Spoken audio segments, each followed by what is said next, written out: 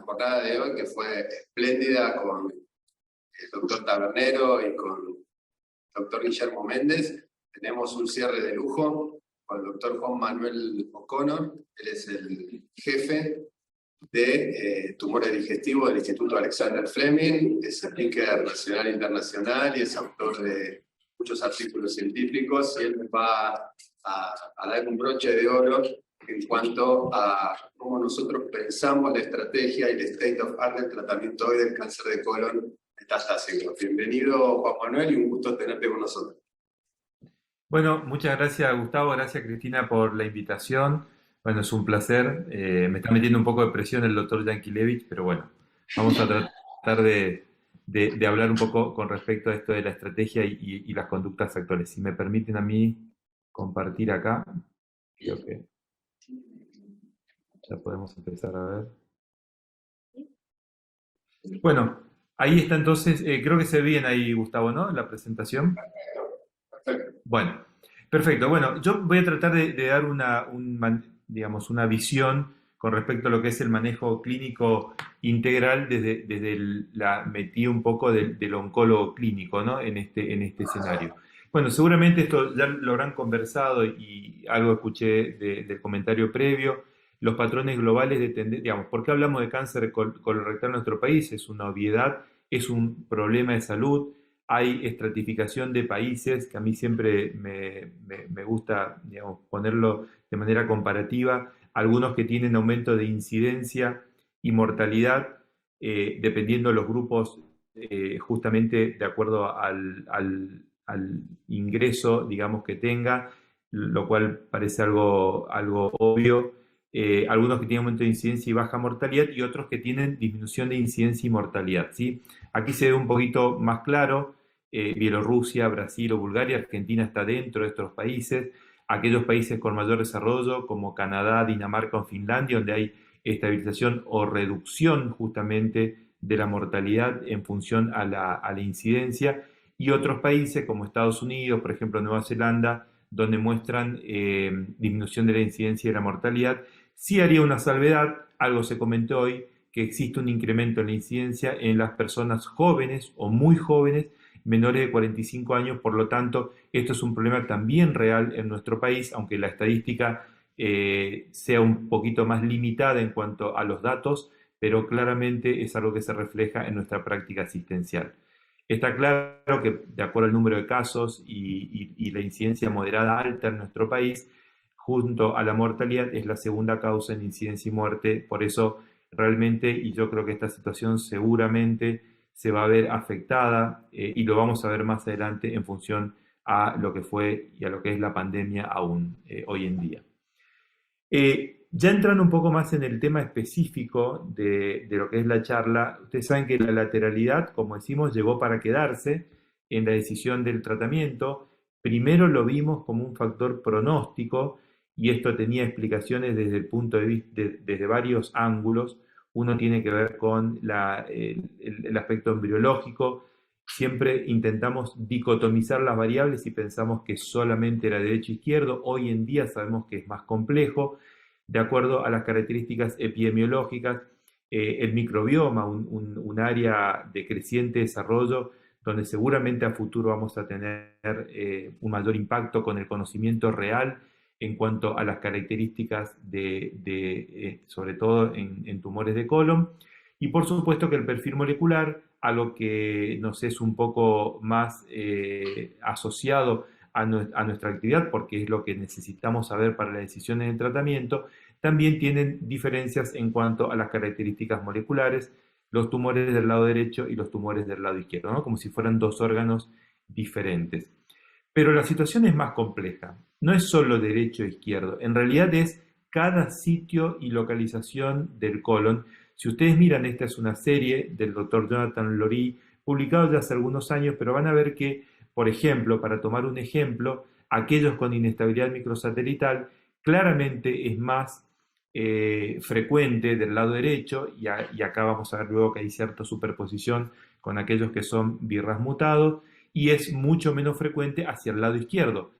Pero hay variaciones en cuanto a localización, ángulo hepático, transverso, primera parte del transverso, sigmoides, etc. Por lo tanto, claramente esta variable es más complejo de cómo uno lo veía inicialmente. Sabemos que es un factor pronóstico adverso, vimos algunos motivos de por qué los tumores del lado derecho puntualmente son de peor pronóstico, y ahora vamos a ver qué tiene que ver con la estrategia de tratamiento, ya tomándolo como un factor predictivo. Y acá entramos en lo que hoy en día, que creo que es similar a otros modelos de tumores sólidos, cómo dirigimos la estrategia de tratamiento en cuanto al biomarcador. Nuestro biomarcador estrella, porque así fue en el desarrollo del tratamiento en cáncer colorectal, es el RAS. Si nosotros vemos a aquellos pacientes con RAS wild type, acá yo estoy haciendo referencia a un estudio clásico, que es el estudio CALGB, donde comparábamos la estrategia de quimioterapia y cuál era el mejor agente biológico, sin que muestre un efecto favorable, inclusive en aquellos pacientes con RAS wild type, a favor de la terapia anti-EGFR. Pero sí sabemos que si tomamos la lateralidad ahora como un factor predictivo y separamos en alguno de los estudios pivotales, claramente la diferencia es a favor del uso de quimioterapia con cetuximab en este caso, porque este fue el estudio inicial, donde fíjense que la sobrevida llega prácticamente a los 38 meses, ¿sí? El estudio que yo les mostraba arriba, el CALGB, tenía una sobrevida mediana de 30 meses. Dato importante, 30 meses es la sobrevida de pacientes con cáncer colorectal avanzado, RAS wild type, con enfermedad irresecable de manera sincrónica o metacrónica, al menos como dato que proviene de un estudio clínico randomizado. ¿Podemos disecar la curva de sobrevida en base al estudio? Claro, esto es así, y fíjense acá en un estudio donde ahora, además de la variable biológica, el biomarcador y el agente sumado a la quimioterapia, vamos a ver que el beneficio de la terapia anti-EGFR, por ejemplo, claramente es superior en aquellos tumores del lado izquierdo, y esto fue así por análisis retrospectivos de estudios randomizados, y fíjense que llega prácticamente a los 40 meses, acá ven ustedes la rama de cetuximab, comparado con bevacizumab en aquellos pacientes con tumores del lado izquierdo, y tengan, si recuerdan cómo era la curva del CALGB, donde había superposición, bueno, ahora las estamos dividiendo cuando agregamos variables. ¿Por qué? Porque no todos los pacientes con estadios avanzados son iguales, está claro, y acá estamos poniendo en juego el RAS y la lateralidad como un factor predictivo de respuesta. Hay datos nuevos en cuanto al tratamiento de primera línea de los tumores izquierdos. Bueno, como yo les comentaba, alguna crítica hubo en estos estudios porque eran un análisis retrospectivo de estudios prospectivos. Yo, digamos, creo que era muy clara la evidencia, porque todos los estudios iban en favor del beneficio en tumores del lado izquierdo, pero este año en una sesión plenaria en ASCO se presentó el Paradigm, que justamente comparó en un estudio prospectivo randomizado el uso de quimioterapia y un agente biológico, FOLFOX y panitumumab, versus FOLFOX y un agente antiangiogénico, buscando justamente el beneficio en este escenario, y el estudio fue positivo y muestra el beneficio del tratamiento en primera línea. Quizás más notorio es cuando uno mira a 36 o 48 meses las diferencias a favor y esa reducción del 20% del riesgo de muerte con esquemas de quimioterapia y en este caso terapia anti-EGFR, como ustedes pueden ver aquí en este estudio. Lo menciono porque esto sería la validación, si uno quisiera, de todos esos estudios retrospectivos o análisis retrospectivos que mostraban ahora a la lateralidad como un factor predictivo, no solo como un factor pronóstico asociado a la enfermedad. Y entonces empezamos a establecer un posible algoritmo y ya vamos poniendo, por ejemplo, aquellos pacientes con RAS wild type, un esquema de quimioterapia en el cual uno va a utilizar una terapia con anti-EGFR, dijimos sobre todo en aquellos tumores del lado izquierdo, como para ponerlo en el contexto de una primera estrategia de tratamiento. ¿Tiene algún rol intensificar la quimioterapia? Es decir, nosotros esto lo llamamos un triplete, que es una combinación de irinotecano, oxaliplatino, el esquema infusional y algún agente biológico. Bueno, este es el dato, me parece, más importante, un metaanálisis del grupo italiano y la doctora Cremolini, donde muestra cuál es el real beneficio de usar un triplete en combinación con bevacizumab versus esquemas de doble combinación y bevacizumab. Hay varios estudios, esto, digamos, no es muy didáctico, pero quiero focalizar en algún aspecto muy puntual que tiene que ver con el TRIBE, con el OLIVIA, algunos estudios con solo enfermedad hepática, buscando responder una pregunta con respecto a si puede ser un esquema de conversión, por ejemplo, en pacientes con solo enfermedad hepática, incluyendo pacientes con RAS wild type y RAS mutado. El estudio global muestra que hay un beneficio de intensificar el tratamiento en pacientes con cáncer colorectal avanzado y vamos a ver qué subgrupos pueden ser los que se benefician. Teníamos la expectativa de que, y esto seguramente se hablará mañana, específicamente en pacientes con BRAF mutado, por ser un subgrupo de peor pronóstico y por algún subanálisis previo de que este podía ser el escenario. Acá ustedes pueden ver en este metaanálisis, sobre todo en el forest plot, tratando de identificar el subgrupo al cual uno puede referirse, van a ver que en aquellos pacientes, inclusive con RAS wild type, hay beneficio del esquema de tratamiento, por supuesto en los que son RAS mutados, pero lamentablemente no está tan claro que el beneficio sea en los BRAF mutados. Por eso no es el único tratamiento o la única opción posible. ¿Y por qué no lo usamos frecuentemente? Porque está claro que es un esquema de tratamiento que tiene mayor toxicidad y probablemente el beneficio no sea tan claro cuando uno lo analiza dependiendo cuál sea el subtipo molecular al cual estamos refiriéndonos. O sea que esto también tenemos el dato como una posible estrategia de intensificación del tratamiento. ¿Cómo lo pondríamos en el algoritmo en base a los biomarcadores? Si nosotros tenemos ahora un paciente con RAS mutado o RAS wild type, dijimos que es nuestro biomarcador más importante, y dónde ponemos el esquema de FOLFOXIRI, podríamos ponerlos en los dos escenarios, probablemente más en RAS mutado o tumores del lado derecho, en algún caso puntual de RAS mutado podría ser una alternativa como una primera estrategia de tratamiento, estableciendo algún algoritmo posible en este escenario. Yo no me voy a dedicar tanto a hablar de BRAF mutado, pero sí vamos a hacer algún comentario. Recuerden que es más frecuente el lado derecho. Los pacientes con tumores del ángulo hepático claramente hasta en una tercera parte de los casos pueden tener mutación del BRAF y es muy poco frecuente el lado izquierdo, menos aún a nivel rectal. Pasa igual a otros subtipos. Hay diferencias en cuanto a la localización en función a el sitio o región del colon. Y entonces en nuestro mismo algoritmo, siguiendo nuestro esquema de estrategia, ahora focalizamos un poquito más en BRAF mutado. Está claro que en colorectal el bloqueo en este subtipo debe ser vertical, no es igual que el melanoma, no es igual que en otro modelo tumoral. Por lo tanto, los escenarios de tratamiento, y esto, como les decía, seguramente se va a hablar mucho más en detalle, haciendo referencia al estudio pivotal que mostró beneficio en este subgrupo. Por ahora, en aquellos pacientes en segunda línea, luego de un tratamiento y un esquema de quimioterapia en primera línea.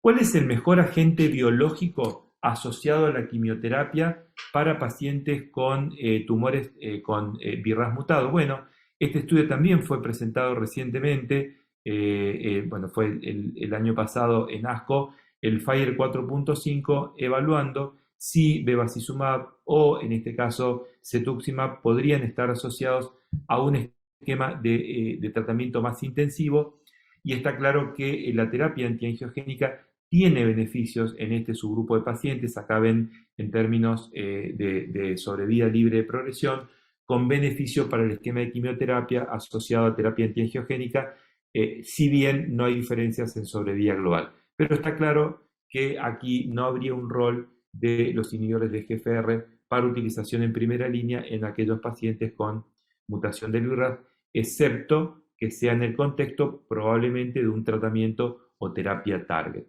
Entonces, seguimos completando un poco más el algoritmo que mencionábamos previamente. En estos pacientes con BRAF mutados es un subgrupo, el foco un poco de toda esta reunión, pero donde uno probablemente evalúe un esquema de quimioterapia y un esquema de terapia target como posible estrategia o alternativa ante la progresión, y quimioterapia seguramente como parte del esquema de segunda línea. Hay protocolos activos hoy en día, sobre todo en primera línea, en este subgrupo, buscando cuál es la mejor alternativa de tratamiento en este escenario.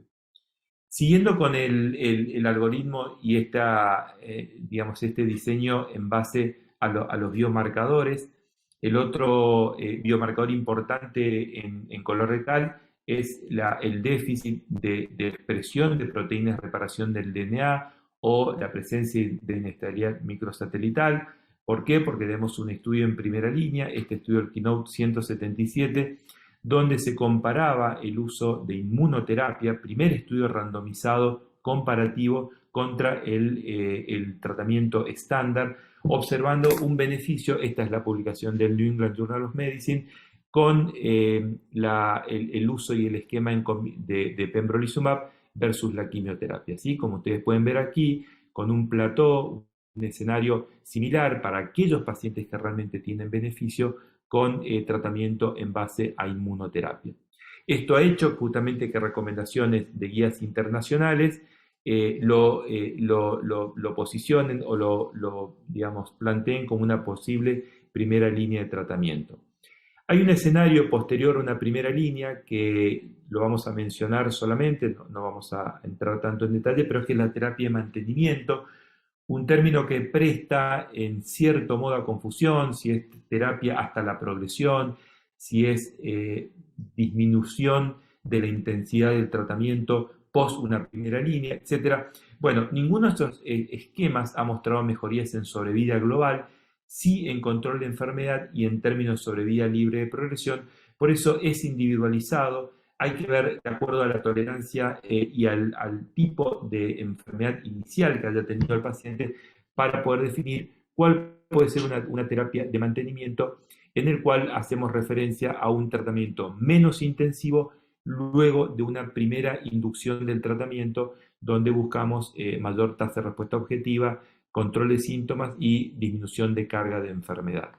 Entonces, ahora, siguiendo un poquito más el algoritmo, ya incorporamos ahora la posibilidad de inmunoterapia. Diríamos que el escenario más importante, no es el único, pero el escenario más importante en base a este biomarcador, que es déficit de proteínas de reparación, posicionándolo como una primera línea de tratamiento. Entonces, la realidad es que uno hoy, cuando mira el panorama, ve distintos escenarios posibles y opciones que creo que hasta hace algunos años no teníamos esta posibilidad de poder discutir tantas alternativas o opciones de tratamiento, tanto en primera como en segunda línea.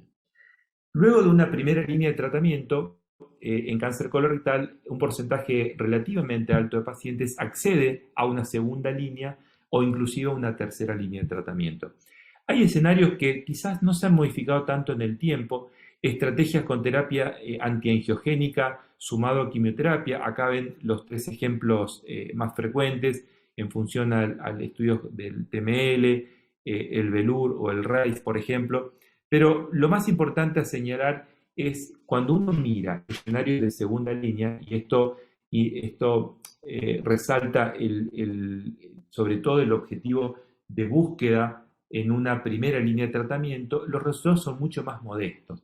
Miren lo que es la mediana de sobrevida libre de progresión, entre 6 y 7 meses, la sobrevida global ahora aproximándose al año. Recuerden cuando veíamos los estudios iniciales, 30, 38, 40 meses, cuando hablábamos de estrategias en primera línea. Es factible, es posible, pero es un escenario que brinda un beneficio mucho más modesto. Estos son ejemplos de quimioterapia con terapia antiangiogénica.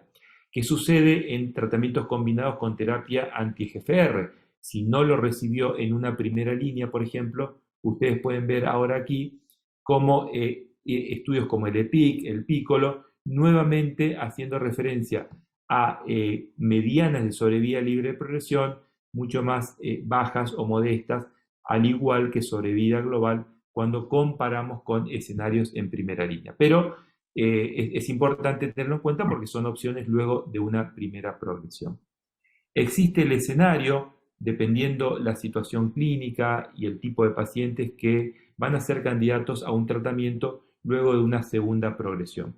Aquí hay tratamiento oral, como trifluorina tipiracilo o regorafenib, donde el objetivo probablemente ya no sea la tasa de respuesta, sí sea el control de enfermedad, y van a ver nuevamente que existen datos relativamente también ya mediana en sobrevida libre de presión que están alrededor de los 2 meses en estudios randomizados y sobrevida mediana de 6 meses. Uno podría decir que en este escenario, aún en tercera línea, podemos dividir a los pacientes en población seleccionada por biomarcador o población no seleccionada. El primer ejemplo que vimos de tratamientos por vía oral, regorafenib o trifluorina tipiracilo, son ejemplos de población no seleccionada. Pero hoy en día existe un escenario donde uno puede testear con biopsia líquida, y acá me refiero a biopsia líquida para estudio del genotipo del RAS, y acá tenemos estudios, por ejemplo, como el CRICKET y algún estudio nuevo, el CRONOS, donde evalúan este escenario, y entonces, si mantienen su estatus de RAS wild type, es un escenario probablemente mucho más activo para terapia anti-EGFR en un escenario que nosotros denominamos rechallenge. Yo pondría rechallenge barra reexposición o reintroducción, pero miren la tasa de respuesta objetiva, que puede ser hasta de un 20 o un 30%, y una mediana de sobrevida global que se aproxima al año. Este es el otro estudio que testeó de manera prospectiva escenario de rechallenge en aquellos pacientes que eran RAS wild type, detección de mutación de RAS como mecanismo de resistencia en un 30% de los casos, y beneficios de terapia dirigida en este escenario luego de progresión de la enfermedad. ¿Es posible en nuestro país, bajo práctica o tarea asistencial, solicitar y tener esta herramienta? Sí, claro, es posible. Esta es una publicación muy reciente que hicimos en un estudio cooperativo en Argentina, donde se evalúa la biopsia líquida y estudio del RAS y BRAF en pacientes con cáncer colorectal, una muestra de 160 pacientes. Es, creo que, la muestra más importante testeando justamente el RAS en nuestros pacientes. Y fíjense que acá se ven los subtipos y los genotipos asociados a KRAS, prácticamente KRAS y NRAS los más frecuentes, muy poquito G12C, que es otro foco de interés hoy en día, y menos del 5%, por ejemplo, de BRAF mutado en sangre. Esto es detección en sangre, no tiene una correlación con tejido porque ya se había hecho en Argentina un estudio piloto y hay bastante bibliografía que apoya una muy buena correlación entre biopsia y tejido, entre biopsia líquida y la correlación con tejido. También se hizo un análisis aquí de cuál era el motivo por el cual el médico, sabiendo que el gold estándar es la biopsia en tejido, no podía, no lo hacía en tejido. Y fíjense que más de la mitad de los casos es por falta de material, dificultades en el acceso, insuficiente tejido, algo que en nuestra práctica también sucede porque a veces, bueno, puede ser que sea una biopsia endoscópica en un paciente con enfermedad sincrónica. Lo importante es que es factible, podemos hacerlo y se ha incorporado en nuestra práctica como una estrategia potencial en estos pacientes. Hay otros tipos de terapias dirigidas, HER2, este fue creo que uno de los primeros estudios, el Heracles, donde se evaluaba este estudio. También vamos a ponerlo como ejemplo de enfermedad refractaria dirigida por un biomarcador. En este escenario, observándose beneficio en este estudio fase 2 y en un 5% de detección de HER2 positivos, sobre todo en tumores del lado izquierdo que eran triple wild type.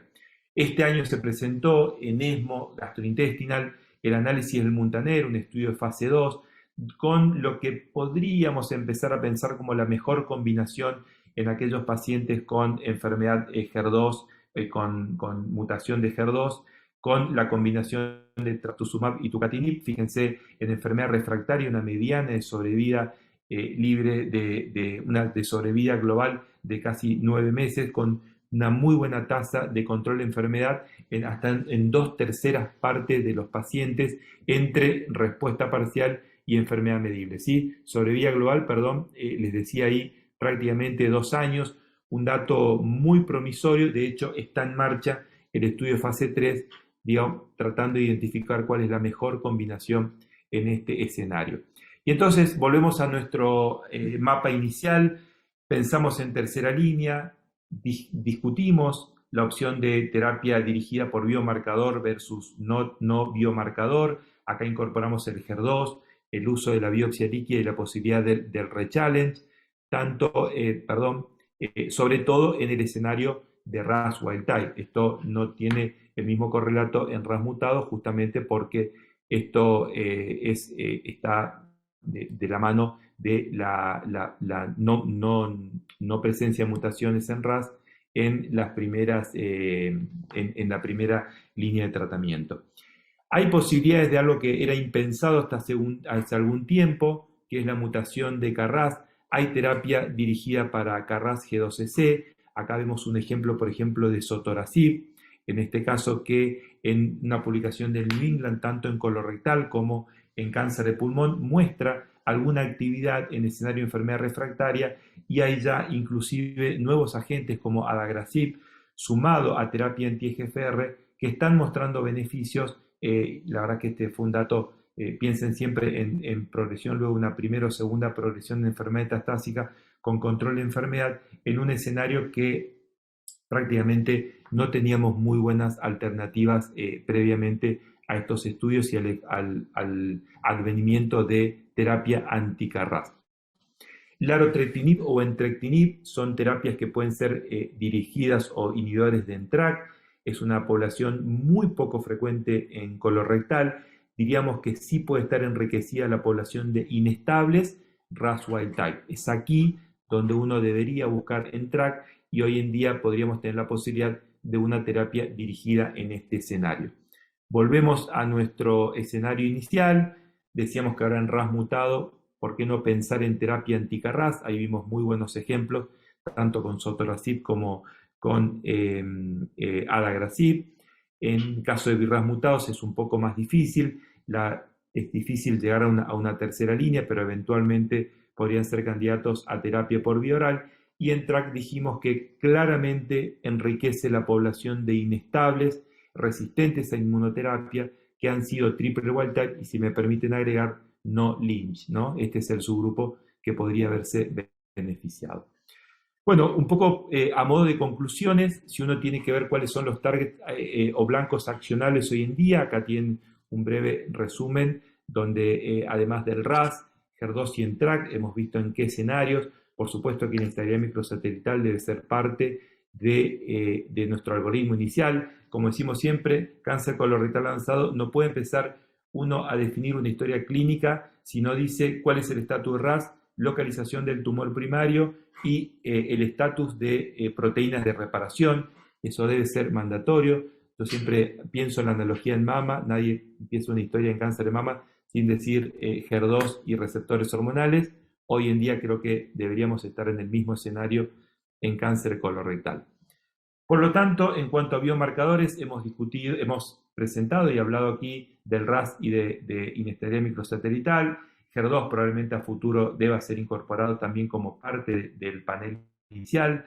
BRAF y la mutación de BRAF es un escenario hoy en día que empieza a ofrecer nuevas opciones terapéuticas, tiene una biología particular, es un subgrupo particular dentro de cáncer colorectal avanzado. La inmunoterapia también tiene un rol muy definido en este subgrupo de pacientes con inestabilidad. Hemos visto el estudio que ha mostrado beneficio en primera línea. Y hoy en día también tenemos la opción de biopsia líquida. Creo que es una alternativa también accesible en nuestra práctica asistencial para posicionarlo sobre todo en enfermedad refractaria y posible reexposición a terapia con anti-GER o con inhibidores de EGFR en escenarios de reexposición o rechallenge. Y con esto creo, bueno, muchas gracias, creo que van a terminar así después de esta primera jornada. Gracias por la atención.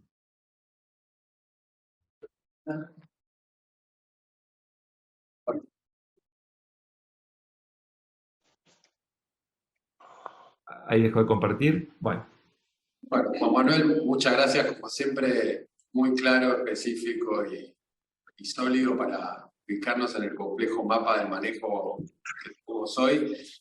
Escuchando tu charla, y esta pregunta se ha hecho a lo largo de los años, pero te la voy a hacer. ¿Cuál considerás vos que es el mejor esquema para la conversión de pacientes a cirugía? Se llama la chica esta de, bueno, de cosas, ¿eh? Pacientes wild type, RAS wild type en primera línea y RAS no wild type, que vos utilizarías al día de hoy. Y la segunda que te la engancho con esto, es si viendo todos estos resultados y después de escuchar a Joseph Tabernero y a Guillermo Méndez, si uno pudiera tener todas las herramientas, uno encararía la biopsia líquida o el NGS de entrada o esperar a la tercera línea. Bueno, de a una de las preguntas, porque usted sabe, doctor Tranquilidad, que con la edad uno vio, o sea, que son 3 preguntas o 2 así hilvanadas, ya me olvidé la segunda, pero si en términos de metástasis hepática, con un criterio de conversión, decías, Gustavo, o... Sí. Bueno, yo creo que en los tumores izquierdos, RAS triple wild type, una combinación con un esquema de Folfox o Folfiri y un inhibidor FGFR, Cetuxio, Panitu, podrían ser una muy buena alternativa. La verdad es que yo prefiero usar esta combinación en vez de un triplete, más que nada por tema de toxicidad, y creo que es un muy buen escenario. Digamos, hay datos y estudios inclusive comparativos que muestran beneficio de la quimioterapia con un inhibidor FGFR en escenarios de conversión.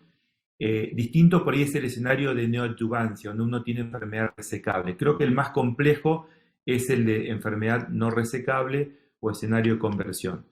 Si uno mira los datos de uso de triplete o triple combinación, puede ser una alternativa, quizás buscando tasa de respuesta. Cuando yo trato de llevarlo a un escenario de conversión, no lo descarto para nada, y puede ser con un antiangiogénico, sobre todo en RAS mutado, por ejemplo.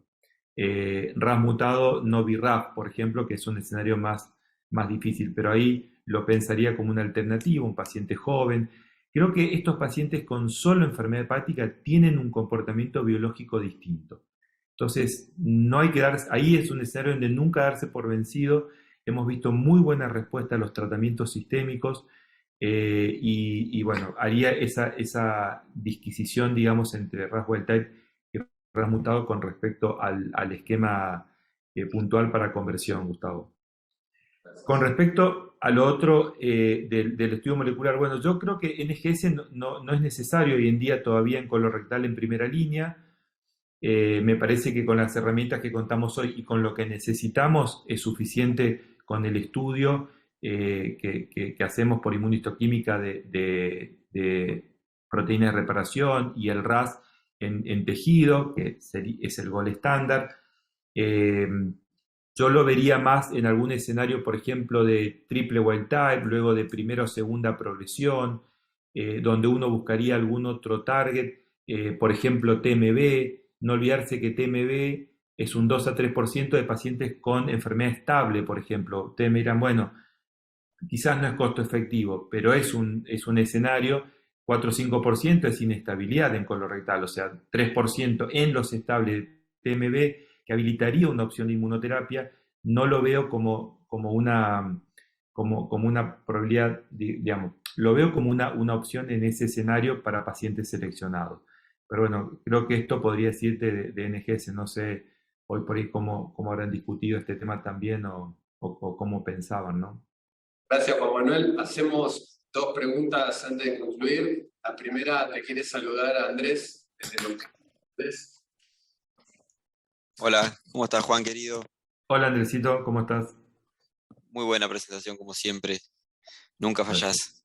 Gracias. Juan, si bien voy a pasar un poco a estadios más tempranos, y esto es una clase de cáncer de colon avanzado, viendo el estudio que se presentó en ASCO sobre cáncer de recto inestables, con unas respuestas completas patológicas de 100%, si bien eran muy poquitos pacientes, de acuerdo a estos datos, hoy,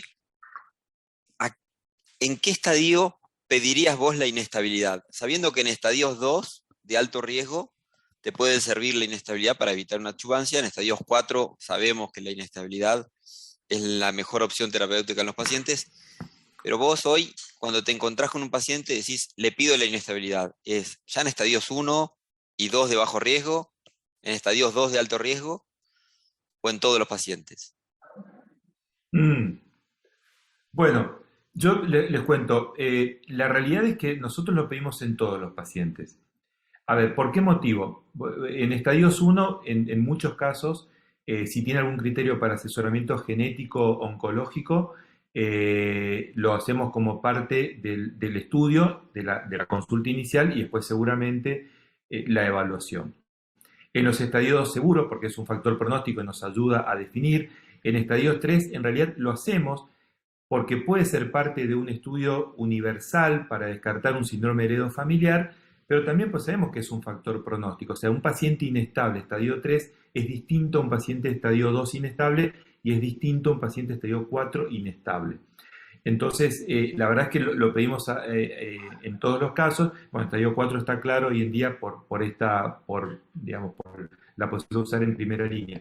Pero la realidad es que lo pedimos en todos los casos, Andrés. Quizás en estadios más tempranos, un poco va de la mano de la valoración y asesoramiento genético como parte de su valoración de un posible síndrome heredofamiliar, más que por algún cambio específico en la conducta terapéutica, ¿no? Y después es muy difícil, a veces vos tenés cuando en una recurrencia, una enfermedad de alto riesgo, y no se lo pediste en el estudio inicial, ir a buscar la muestra y ahora necesitas pedirle el RAS. La verdad que es complejo cuando uno después intenta, esto lo pueden contar ustedes también en su práctica asistencial. Entonces, nosotros preferimos tener toda esa información desde el inicio y por eso un poco la conducta institucional es pedirlo en todos los casos, ¿no? Juan, el doctor Geral te pregunta ¿qué lugar le das al Vemurafenib en BRAF mutado? Pero bueno, no vamos a spoilear, eso viene mañana, me parece, doctor Yankelevich, ¿no? Pero bueno. Lo dijo Tabernero, pero te están preguntando a vos. Bueno, a ver, yo creo que la mejor evidencia hoy en día es en base al estudio del Beacon con encorafenib y cetuximab. Están divididos un poco los criterios. Hemos tenido posibilidad de participar con algunos líderes de opinión donde probablemente piensan de que por el mecanismo, porque hay un estudio, que es un estudio americano que ha usado un esquema con vemurafenib y cetuximab, mostrando un beneficio, un estudio con algunos déficits relativamente pequeños, pero bueno, que habilitó la posibilidad de usar terapia target en pacientes después de una primera o segunda progresión en Estados Unidos. Yo creo que hoy en día el rol, digamos, más importante, por lo que dicen, por el estudio clínico, por el Beacon, es con encorafenib y cetux, es el mejor nivel de evidencia que tenemos, está ese y está el estudio ANCHOR. En nuestra práctica debo reconocer que hemos utilizado este esquema, porque no lo tenemos aprobado y discutido caso por caso, lo hemos utilizado en alguna segunda o tercera línea de tratamiento, con un beneficio relativamente bajo, pero creo que también depende del tipo de paciente, cuando está muy pretratado, el acceso no es sencillo, entonces, a ver, creo que es una alternativa, no es hoy, quizás en nuestra práctica, hasta que esté aprobado, que se pueda contar con la aprobación del estudio Beacon, me parece que puede ser una alternativa para casos seleccionados. Gracias, Juan, clarísimo. Vamos a la última pregunta, el doctor Duilio Raca de Rosario. Que está en Nuca, Rosario.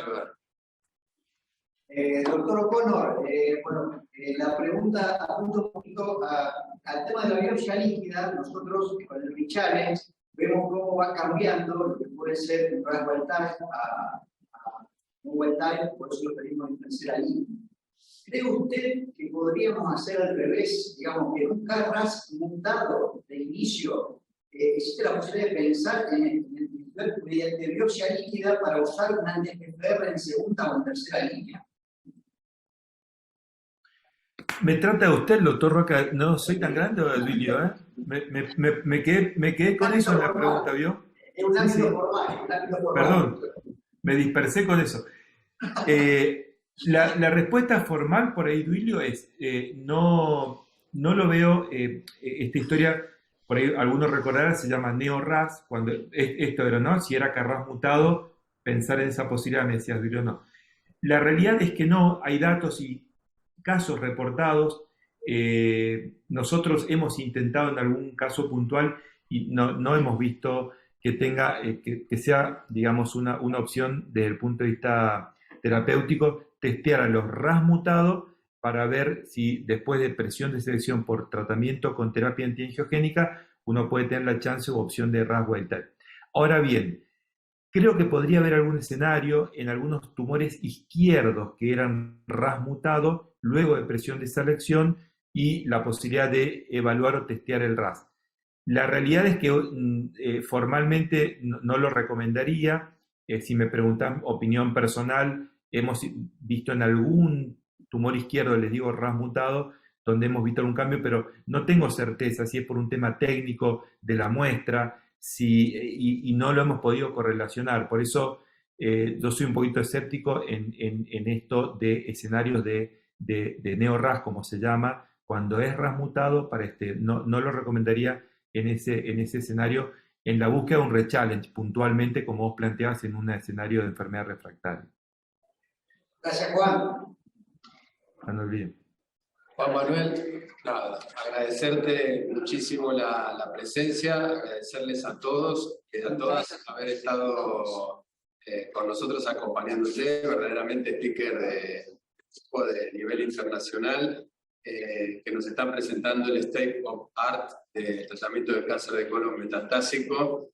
Mañana va a ser un gran día porque vamos a recorrer lo ancho y lo largo del país con el mundo real, cómo acompañamos a nuestros pacientes en lo que es el diagnóstico de cáncer de colon. Muchas gracias a todos y bueno, que pasen. Muchas gracias, un abrazo grande para todos. Bueno, muy bien. Bueno, gente linda, mañana gran día, Mañana es el momento